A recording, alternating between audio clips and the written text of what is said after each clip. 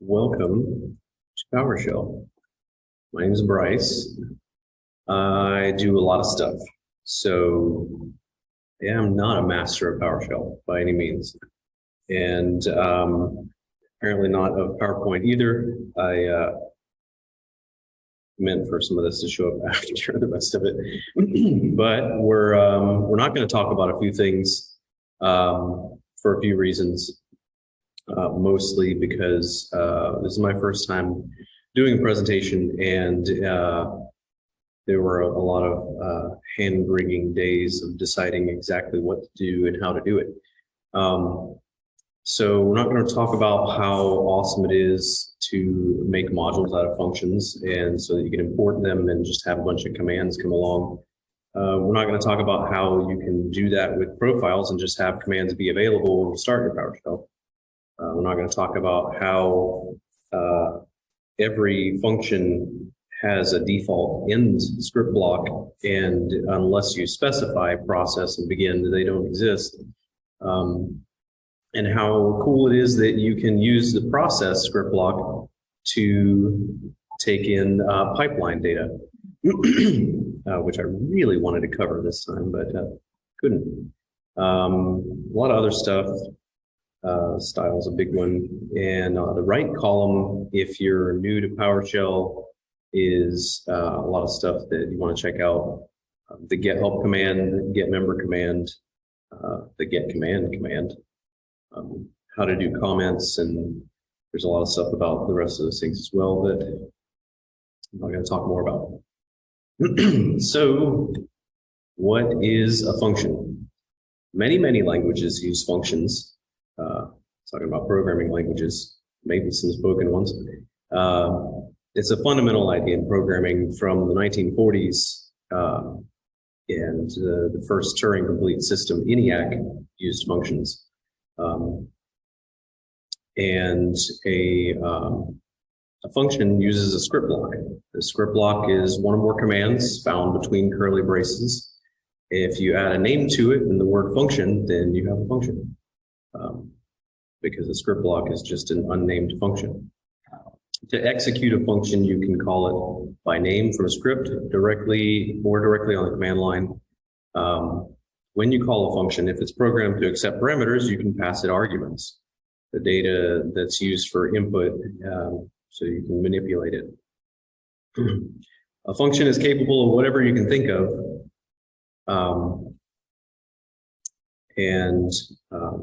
It's really common for it to pass back some output for display or for further use in a script.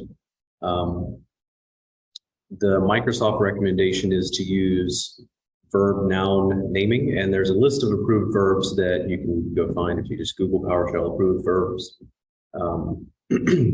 So get here being the verb and version being the noun, so that you're getting the version. Kind of makes sense. Not a lot of programming languages do.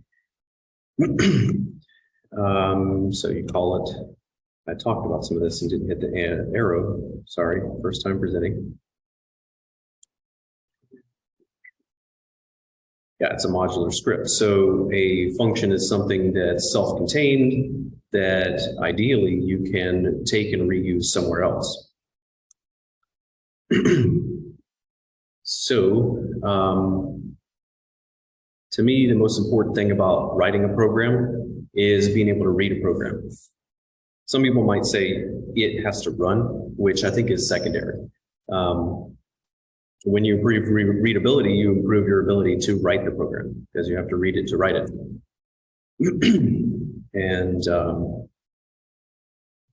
when your functionality is segregated, unit testing can be performed more easily to locate points of failure. You can take a chunk of your code as a function, run it to make sure everything looks good at that point, and use the output of that function for the input of another function and repeat.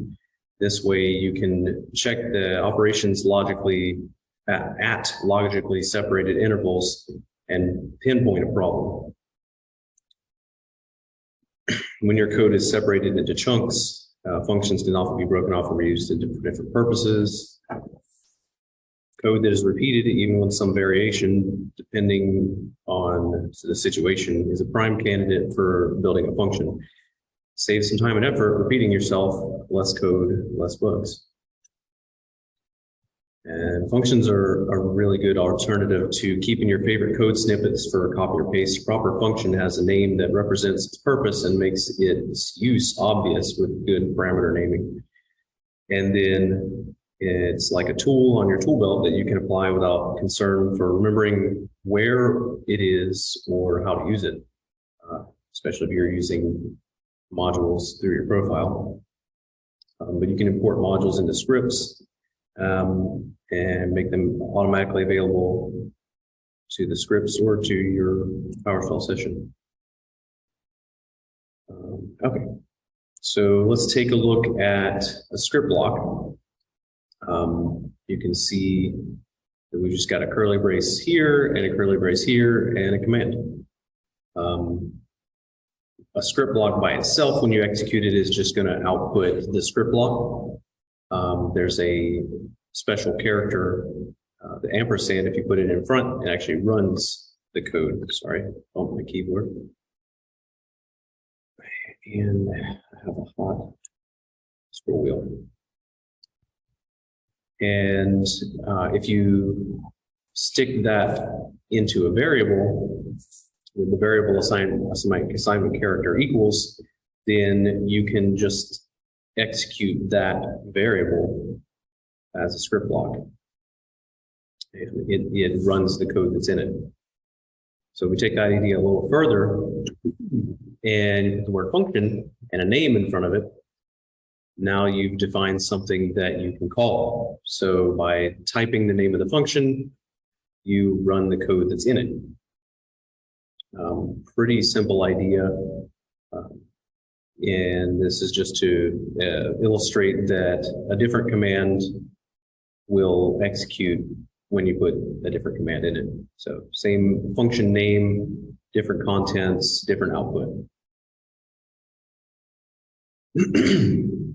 A function can take arguments in the form of parameters. So what we're doing here is defining a name of something you type on the command line to provide information to your code to be able to execute it.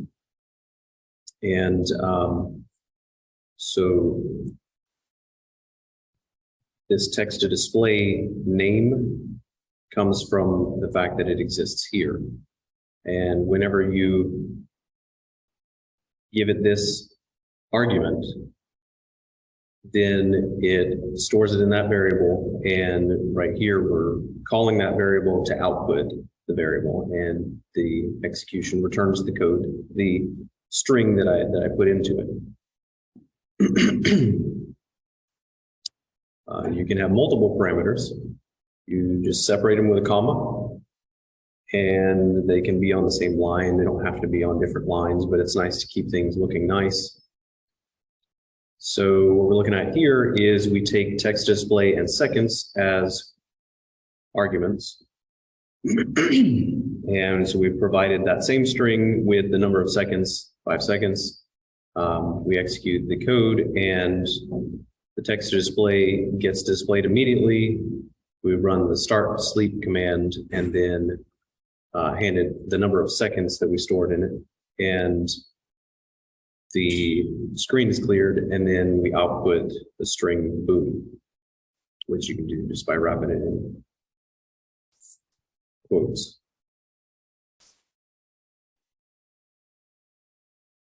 You can make parameters mandatory. So if I make this parameter seconds mandatory, I say mandatory equals true, then if I try to run the code without providing that parameter, it prompts me and says, hey, you didn't supply seconds, please supply seconds. Mandatory is false by default, so you don't have to do anything to make it non-mandatory. Although you could say false there. And you can also provide some help. So If you have a mandatory parameter, and you can see here it says type exclamation point question mark for help. If you do that, then it gives you the help message that you coded in. And these two parameter fields are just in a square bracket here with parameter, and some parentheses surrounds each one of these parameter options. There's a lot of them. You can do a lot of things with that. You can also tell your code what order your parameters are used in. This is really helpful whenever you have a command that you want to build, and most of the time you just want to give it the same thing. Like you're giving it, if you're doing get AD user, you might just want to give it a user's SAM account name, and that's a positional parameter. If it's the first thing you give it, then it knows what variable to stick it into. So what we're looking at here is that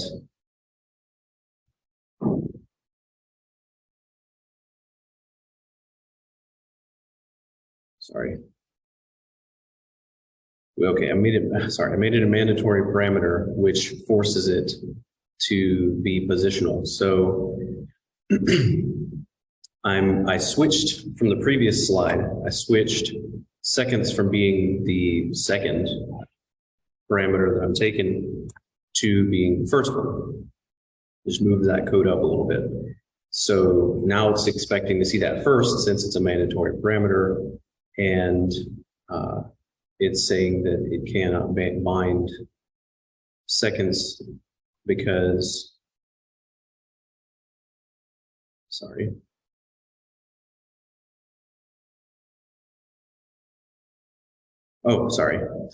start sleep is given an error. We've got seconds as the first parameter. We're only giving it one parameter, one argument, and that's getting stuck into the seconds variable. Then we go to start sleep, and it's saying I can't use a string for the number of seconds to sleep.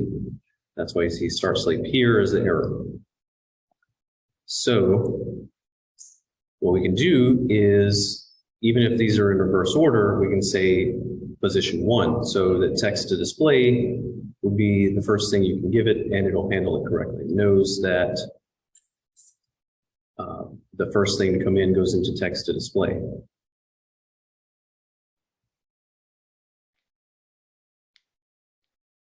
And it forces all of your parameters to become positional whenever you do that. So if you do a positional parameter here, you're going to have to say this one's number 2 because it doesn't know what to do with that. So we're trying to give it a 5, but it's not going into the first position where seconds is. So we assign it position number 2, then, and these are just separated by commas here in the parameter field, and it knows to put 5 into the number of seconds. At some point I commented out clear screen here. So if you're not familiar with comments, you can do that with a octothorpe. You also got type accelerators, which force a certain type of data to be pulled in. You can code your own tests if you want to see if that's the right kind of data that's pulled in, or you can let PowerShell do it for you. And there's a couple of ways you can do it. But a way that's just going to error whenever the wrong data gets pulled in is to apply the square brackets with the type of type accelerator that you want to use. You can just Google PowerShell type accelerators to see that there's a bunch of them, and you probably can find one that fits your type of data. You can also make those, but so we can see that it's giving an error here that the first thing that we give it, which it's positional by default. You can manually set positions, But the first argument, if you don't specify, like right here on the command line, I didn't say the name of the parameter I'm passing this argument into. The first one here, wrapped in quotation marks, is being supplied to text to display. And then the second one, wrapped in quotation marks here, is cow. So I'm trying to give the number of seconds cow to the second parameter, which obviously cow is not a number usually. So yeah. So you can probably do this as a way of yeah, the question is, you can use this to validate your input, so you know what kind of input that you're getting here. That's exactly what you're doing, is guaranteeing that whenever somebody or another whatever data you get, however you get it, it has to be the type of data that you expect. And that can be important if you want to make sure that you don't do something unexpected. So if you're expecting a number, let's say you're assigning an Active Directory field that takes a number, but maybe it can take a string also, and you don't want to make somebody's employee ID that you're pulling from somewhere else cow. You want to make it the number that it should be. It guarantees that you'll get that kind of number. And there's other ways to validate the string length and that it's a number. But this is just an easy way to make sure that you're not going to do something unexpected whenever your code executes, like delete all of Active Directory. That would be bad. Although some days. So what we're looking at on the next line, so this is one execution, and I've kind of just pasted the rest of the string here. So this is the error, and that's the rest of the error. And if I give it 5 instead of cow as the second parameter, then it's happy because 5 is an integer, which is the type accelerator I'm using here.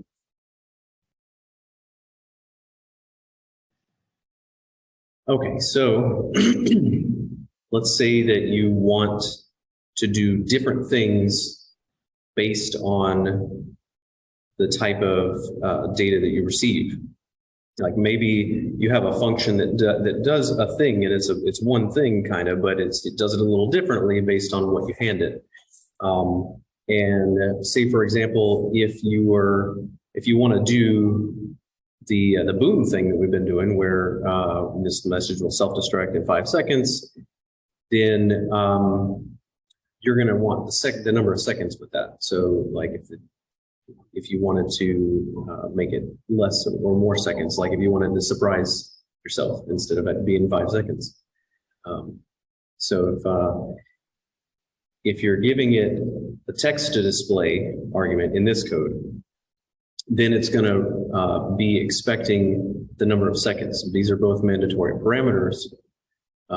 You must supply that for the code to run, or else it'll prompt you. But they are united by a parameter set name. So when you supply one, you must supply the other. But if you a different set, in this case not boom, then it does not require you supply the number of seconds for the text. Undoes the mandatoriness of the other parameter set, and just whatever's in this parameter set. So I could have more arguments in this parameter set for not boom, but in this case I just have one. So we're saying, and this is a little outside of scope here, but basically this is saying if the parameter set is boom, then we'll do our normal boom stuff we've been doing. We will wait the number of seconds you supply, be it 5 or a surprise. And if we didn't choose something in the boom set, then it'll display the not boom text. So you can see that here, where we say the normal boom stuff and it goes boom. But if we do something completely different, and it's completely different. It's still outputting text, so it makes sense for this to be a single function, but it operates differently based on what you supply it, and there's all kinds of context for that, but I'm just trying to keep it simple.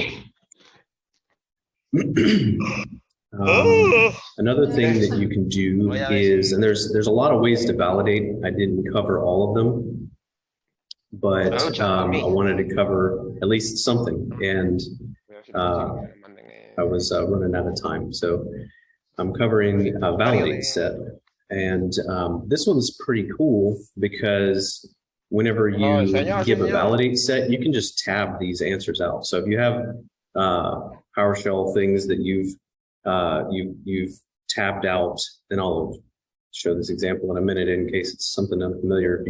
If you've tabbed out the name of the command and then you give a space and a dash and you tab out the name of the parameter, and you've had ones that you could even tab out what values they take, is how you do that. The string here has a validate set of 2 different strings separated by a comma here. And so it's going to force you to either say that the message will self-destruct or hold on to your butts. And if you don't choose one of those, then you'll get an error. And you can tab those out. The validate set forces you to choose 1 through 5 seconds for the number of seconds, and it'll give you an error if you don't give the correct number of seconds.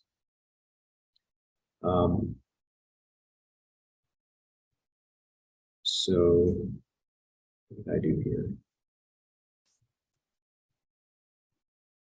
Oh, okay, so this is an example of if you give the wrong thing, then it lets you know that it can't take that. You don't have to code that that's not an acceptable thing. You don't even have to check it. You're just saying validate set, and PowerShell does it for you. So hold on to your high voltage power source is not one of your options. And so you can validate the length of something returned. I think that works for a string or other things, like number of items. You can do a validate pattern. So if you know regex, then you can give a regex and force whatever is supplied on the command line to match your regex. You can validate range and say it's got to be 1 through 5, which I could have done instead of validate set, which would have been wise. I didn't think about it until just now. Validate script is super powerful.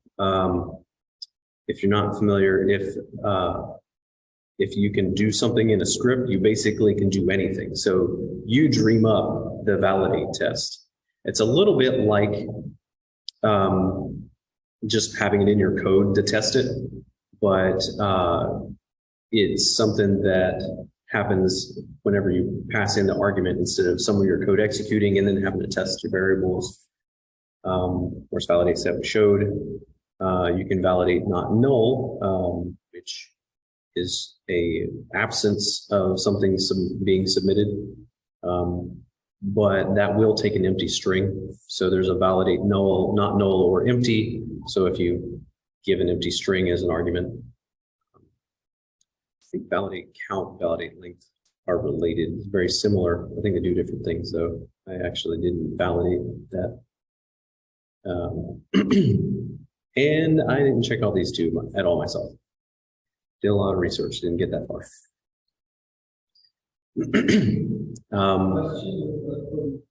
Go ahead. So first of all, shout out Sean for putting Microsoft links. But for second, so it sounds like these validation basically makes the validate what's going to be really important. And also stable validate range is good to know. You don't have if dollars on a parameter. Right.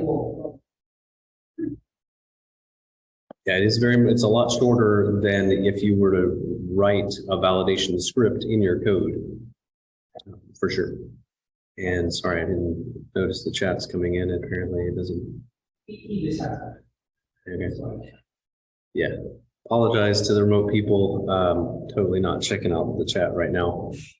Just trying to barely hanging on here. So thank you. The secret is IDGAF right now. So just moving along. So one of the things you can also do is supply a value as a default if you're not going to provide that on the command line or from output from something else.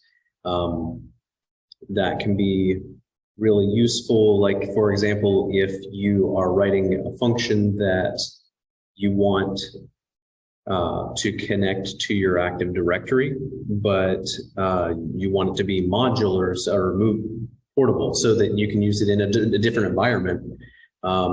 But then, and this might not be the best use case, but you could just pre-populate your domain name as a default so that you don't have to say that every time you run your code. So in this example, it's variable assignment, just like you would do anywhere else, right in the parameter block. And so I can call this function, and if I don't say something, it will. But I can still supply that value if I want to, and it uses the text that I supply. Pretty simple idea, but you can take it pretty far. You can also have code provide your value in the parameter.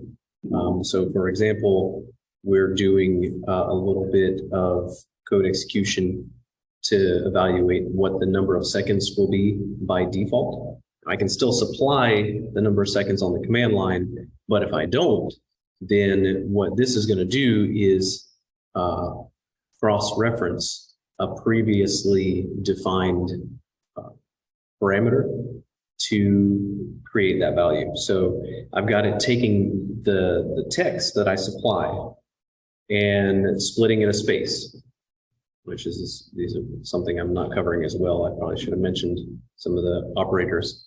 But what that does is it creates an array of all the different words that are in text to display. And the array type has a count method. So I'm doing .count to count the number of words in that text to display. And I could have assigned count up here, but it just feels weird to assign a variable in your variable assignment and then output that variable to make the variable get assigned. So I just did that same code again to get the count. And I'm writing to the screen the text, and then you can see in parentheses the number of seconds I'm going to wait for the number of words that I've counted. And then it waits 6 seconds and boom. And that's actually all I've got right now. So you can learn more about these things at these links. I've made this. I'm going to try to get that on the screen real quick. I've shared this slide deck. Got a link I can provide. And did it like last minute, yeah. So you mentioned earlier we call values and stuff like that. And I think huge fan. I don't care like about such a huge fan of using the default values that you mentioned to allow them to change the wrong. Like if you really want to make tools that are going to last a while, you just take them on and set. By using default values, set like what's maybe true for your environment, but also create a tool to use down the road. Everything in your environment is different. There's new everything. Describe. Yeah, default values are super helpful, and I use them a lot, especially in code that I'm not going to share, but that I want to be able to use in different ways, that I'll use the same way over and over.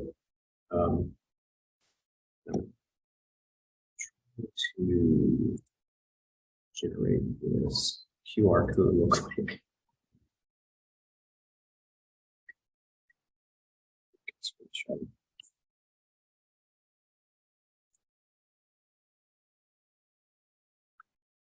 Just going to add another slide here and put that QR code in it so that if you want to grab the slide deck, you can. Hopefully that works. And each slide has the code in text that I had and I actually realized I didn't do some of the example I meant to do, but each slide has the code in text in the comment section that was pictured.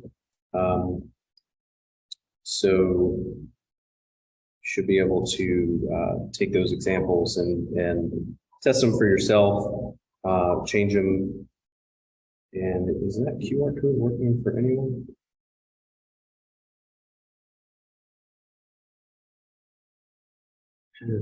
Does it say made with heart? Yeah. Not what I wanted.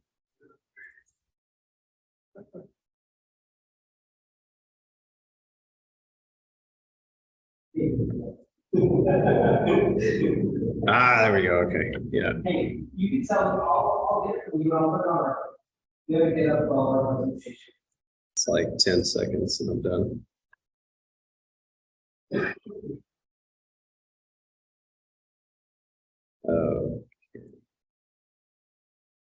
That's got a lot more data in it, doesn't it?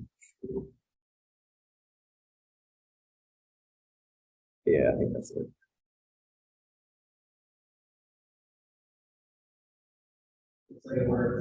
Okay.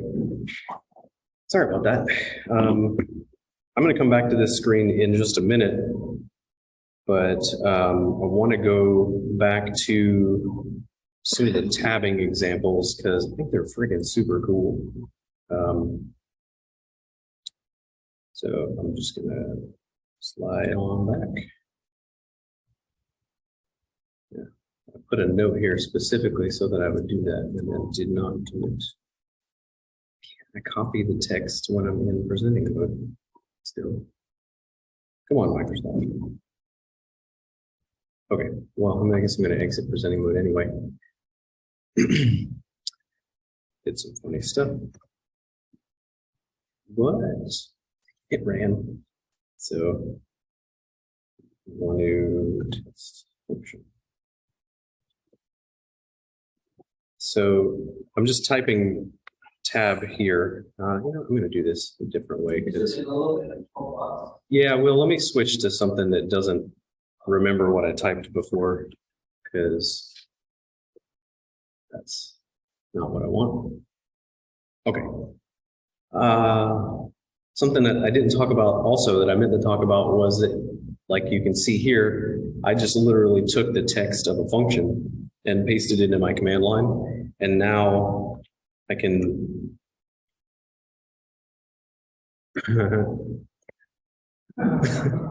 I can tab that out. So it's available for me to use, and that works for any function. So like if you see a function on the gallery or anywhere, if you be careful with somebody else's code, but if it looks okay to you, then you can literally take their function, paste it, and now it's your function.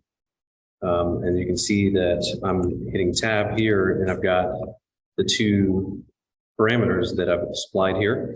And if I put a space in, then when I hit tab, it knows to give me my two options here. So I can either self-destruct in 5 seconds or hold on to my butts. And if I do that with seconds, you can see I'm just hitting tab over and over, and it supplies that for you. There were a lot more cool things that I wanted to include with this. And I don't know, it's probably good that I didn't, because I think that I was going to go on super long. But the main problem was that I was doing way too much research and including way too, I spent many hours just making notes of what I want to show. So I eventually just abandoned all of that and started doing screenshots. I also wanted to further illustrate doing a function instead of, and this is going to look terrible because it's got all kinds of other, so like if you wanted to do this over and over, something like that, you could copy and paste it. And this is something you'll see in a lot of people's code is that, and they'll do it a little bit differently. So they're like, I mean, it was different than the last time, but if you add a little more love into your function, then instead of doing those things over and over, you can do this thing over and over.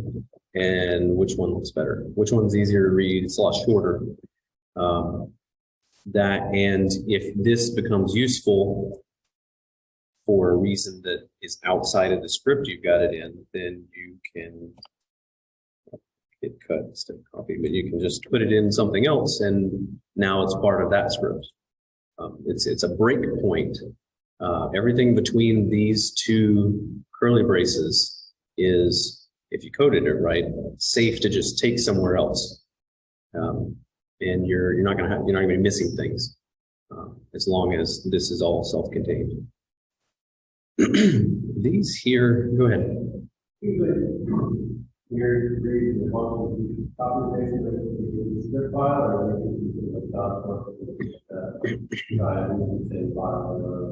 I mean, I guess it depends. If you want to have a dependency, and that's not a problem, then you can import your functions through a module. Module being just basically a file with a bunch of functions. Usually you name it PSM1 instead of PS1, but technically it doesn't really matter what the file name is. If you want it to stand alone, if you're making a script that it doesn't need to have a whole bunch of other functions as bloat, then you could just take that one function and use it in a different script. Yes? What's the bare minimum what's the function? Like, so to be able to call test function, what do I have to do? I'd say the bare minimum that you need to do is, I'm going to exit this and start another one. Here, please. Is type the word function. You can do it in a command prompt. You don't have to do it in an IDE or text editor.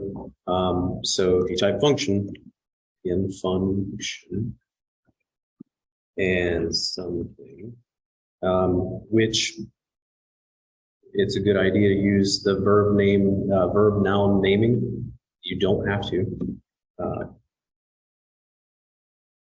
Put some code in between curly braces. I'd say that's about the least that you need to do to get a function, so that when you type something, you get what's in curly braces there. It can be super, super simple. Whenever you're making a function, I would say you're gonna usually be writing it into a script.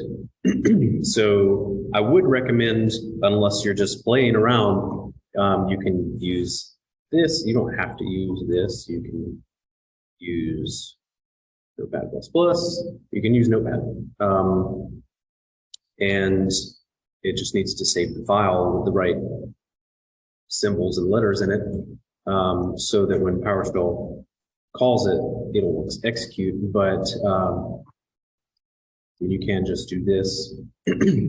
And I'll usually bang things out on the command line whenever I've got like a simple job I'm gonna do. I'm gonna take a certain number of users and send them through a for each to do X, Y, Z. I don't know, change their location or something like that. But for function, I almost never would do it like this, just because it's gonna go into something bigger. And it was also in my plan to have more examples of things like that, but here's where we are. And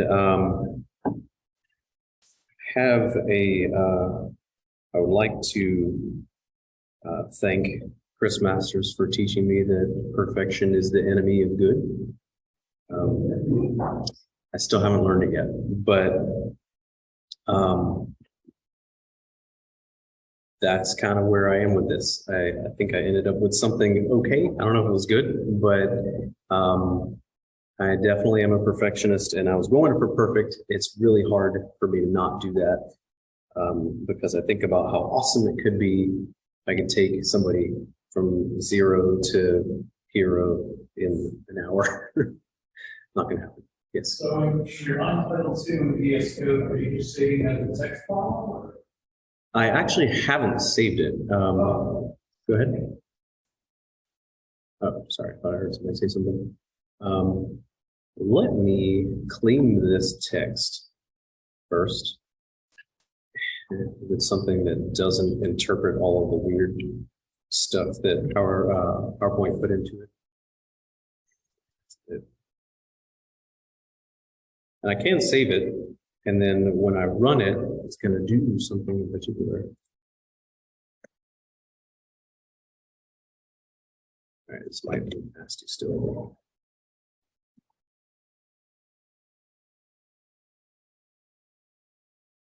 It still looks nasty, but I'm going to go ahead and save it anyway. So it's just a text file.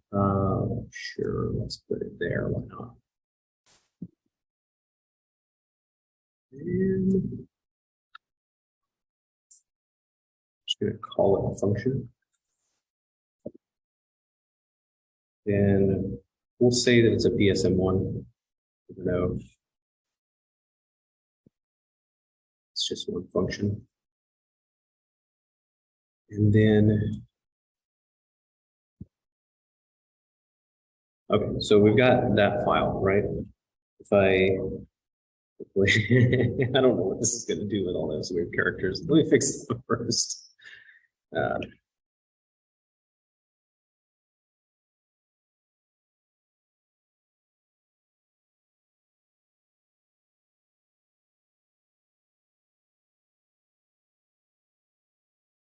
you know what?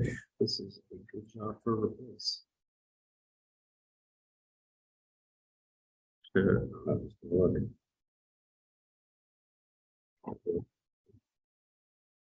Oops.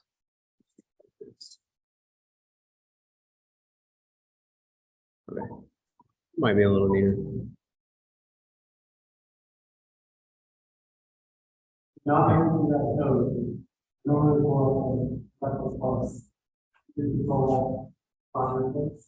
Yeah, that's what I did. Well, I mean, I did Control H for find and replace in VS Code. You can do replace one or replace all. Okay, so I did a get content just to show that we have the script with the script, the file with the script in it. If you want to bring that module or bring that function in, you can do an import module. And probably should do that in a new, it's not proving anything because I already defined that here.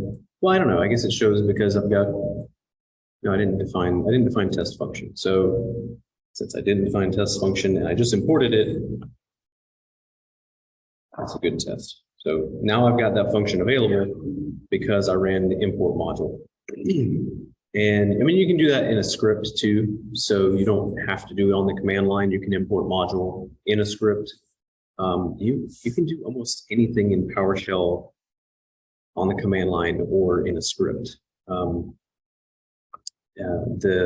notable exception is pasting if then or if else.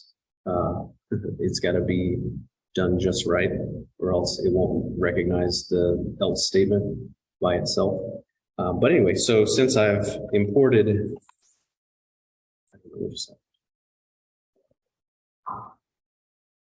hackers.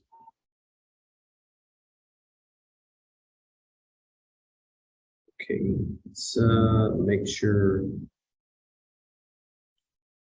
my default speaker changed. Am I still presenting? I am not presenting. I am presenting again. Sorry about that. Everything just blinked on me. I am using a Surface laptop with a Surface dock, and I don't know if anybody's used those before, but they tend to do that. So many revisions in, and we're still dealing with it. So I can run my test function because I ran import module, and it knows that the first argument is text to display. So it's using the validate set from text to display to tab that out. Alternatively, I can specify the parameter. And I don't know if most people do this, but I call this the parameter and this the argument. And I think that's correct. And that's all I'm going to say about that. So we give arguments to parameters, and you can see that's all working right on the command line after having done that. And for extra credit, and since I haven't quite been on an hour, you can literally put that line in this text file, and you won't have to run this. So import module with the path to some module file into this file. So if you may have to create this file if you've never done it before, if you've never used it before. And I said I wasn't going to cover this, but I don't know, we're on the fly here now. I got the mic. And in mine, I literally just do that. So I will run my PowerShell from various different users, and I will specify a different profile that I will load from each one of those user profiles. So this is actually a path to a file that has all my actual profile stuff in it. But if you haven't done that, then instead of putting that in there, if you put this in there, then you save it, which I'm not going to do right now. Then when you open your PowerShell, actually, you know what? I won't do it right now. I'm not scared. I'm just going to stick that somewhere. And drop this in the file. The only thing really to remember here is $profile. That'll tell you where to put things to make functions just work for you without having to do anything except use them. So I saved this file, and I'm going to close out of PowerShell, reopen it.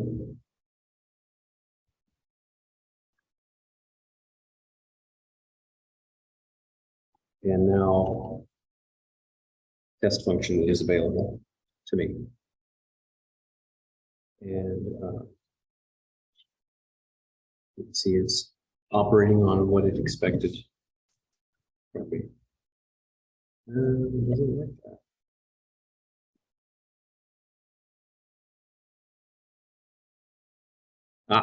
I have a parameter set. Forgot already.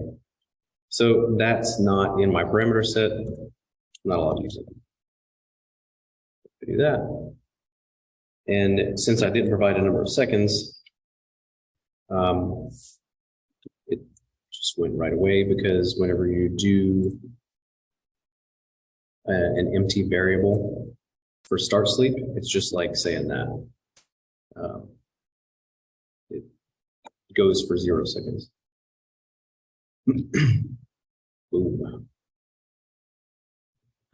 Question? So, one thing that always makes me. So, PowerShell here. Yes.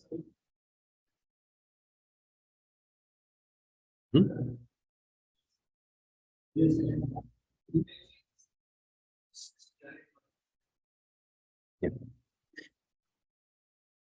It's being brought up that there's multiple different profile files depending on what you're executing. ICE has a different profile, VS Code has a different profile, PowerShell has a different profile. You'll notice if I do $profile here, the path is slightly different than from doing it here.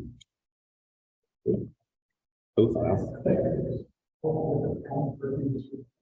So this actually, oh yeah, okay. So this one is in my Windows PowerShell directory named Microsoft PowerShell profile. This one's in the PowerShell directory named Microsoft VS Code profile. If I open that, you'll see I point it to the same location as I pointed the other one, so that they'll all use the same profile, because I've had that problem before. So if you're in your various editors and even as different users, so I've got an admin user that I'll run things as sometimes. I point that admin user back to my regular user's profile. I point my VS Code in the profile to load, and it's just doing import module because your profile is just a module. It's just another module. And what it does whenever you do import modules, it literally just runs that script. You can have code that executes in that script. You can have functions in that script. Whenever you run it, the functions become defined, the code gets executed, and that's what import module does. Yeah. So anyway, I'm going to look at the chat a little bit. I assume that some of the questions that you've been asking are inspired by some of the chats. Yeah. Okay. Yeah, boring profiles aren't fun.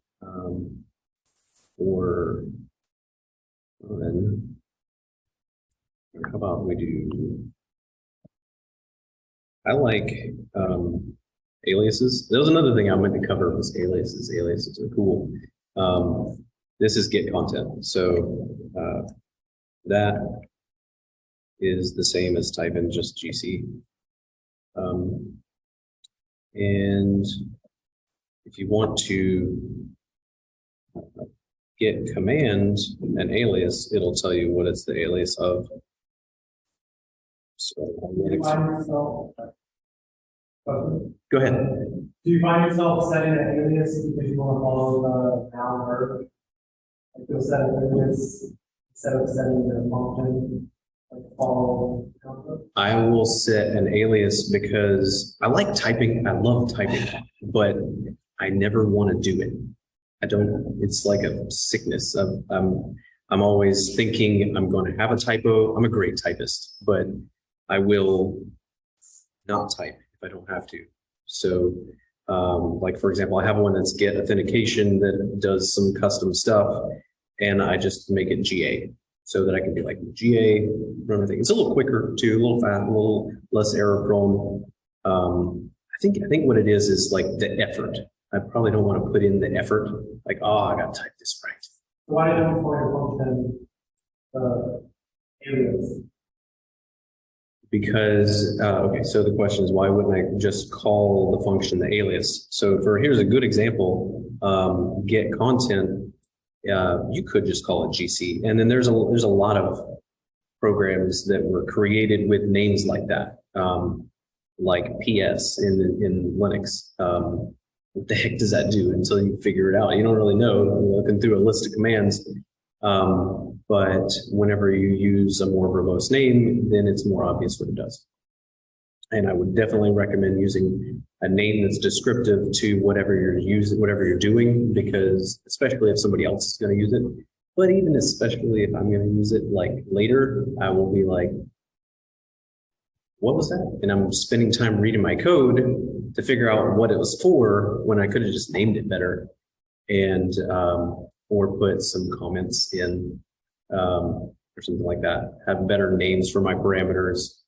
And then it makes it more obvious what it is just by the fact that it exists a certain way. Andrew, did you still have a question? Yeah, so why do you think regular?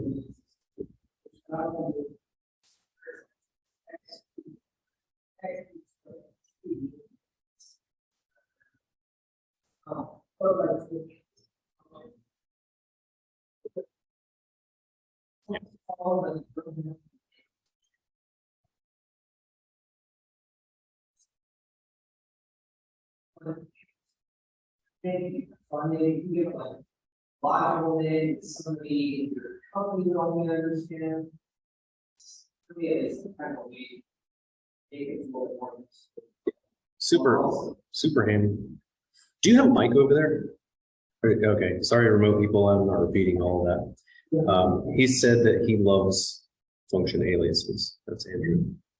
Another thing about, you were talking about parameter aliases that are super useful too. You can alias a parameter so that it's got multiple names. That's just with the alias. It's in square brackets, so I can look, but do a search for PowerShell parameter alias. You'll get an awesome article. There's a billion awesome articles from Microsoft about everything PowerShell.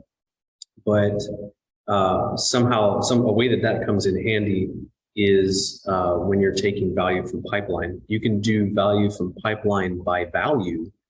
So for example, an AD user, if you do get AD user, I use that a lot. I don't know if you noticed that I keep using that example. But if you do get AD user, one of the values that it returns is SAM account name. And maybe you have username in your function as the name of the parameter. And you want to use that through the pipeline. Well, if you're doing value from pipeline by value, which I suggest Googling also, if you give the parameter an alias that matches the name of the data that's coming in, then that will get put in to that variable, even though it's got a different name in your parameter set.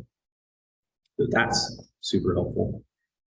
And maybe a little out of scope for this beginner level topic, so sorry. I think I'm ready to quit. Are there any beginner level questions before I shut down? Okay. No.